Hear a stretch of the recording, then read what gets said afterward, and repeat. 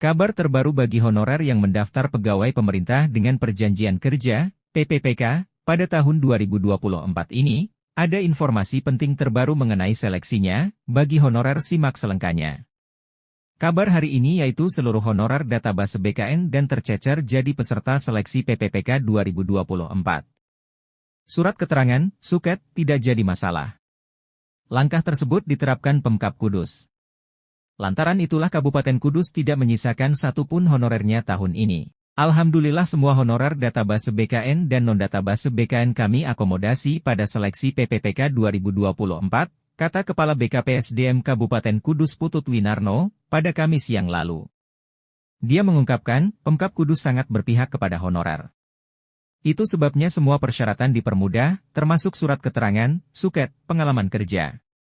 Pak Win, sapaan Putut Winarno, mencontohkan honorer di Dinas PUPR yang jabatan penjaga pintu air.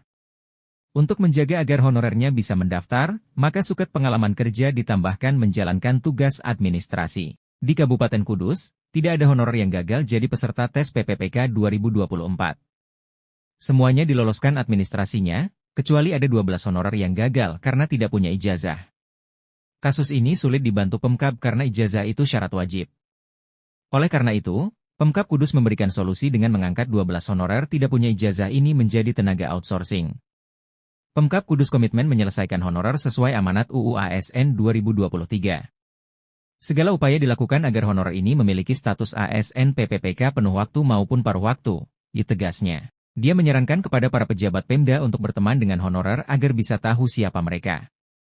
Ini penting agar saat mengambil kebijakan bisa mengedepankan nilai-nilai kemanusiaan. Winarno mengungkapkan sebenarnya banyak honorer yang berharap ada mekanisme PPPK paruh waktu. Menurutnya hal ini supaya semuanya bisa terangkat menjadi ASN. Di Kabupaten Kudus, honorernya tidak masalah diangkat PPPK paruh waktu. Mereka ingin punya status ASN. Dia menjelaskan honorer atau tenaga non-ASN bekerja setiap hari. Mereka ini ketika diangkat PPPK, akan ditempatkan di situ lagi. Jadi, cuma statusnya diganti saja menjadi ASN. Mereka hanya ingin bekerja di tempat asalnya dan tidak diberhentikan. Pak Win menegaskan komitmen pemerintah Kabupaten Kudus untuk menyelesaikan honorer secara bertahap, karena disesuaikan dengan kekuatan anggaran. Tentunya, dengan catatan-catatan tidak ada rekrutmen honorer baru lagi. Dia mengatakan hasil pendataan Badan Kepegawaian Negara, BKN, 2022 mencatat jumlah honorer atau tenaga non-ASN sebanyak 3.195. Dari jumlah tersebut, yang sudah diterima PPPK sebanyak 569, dan masih ada sisa 2.626.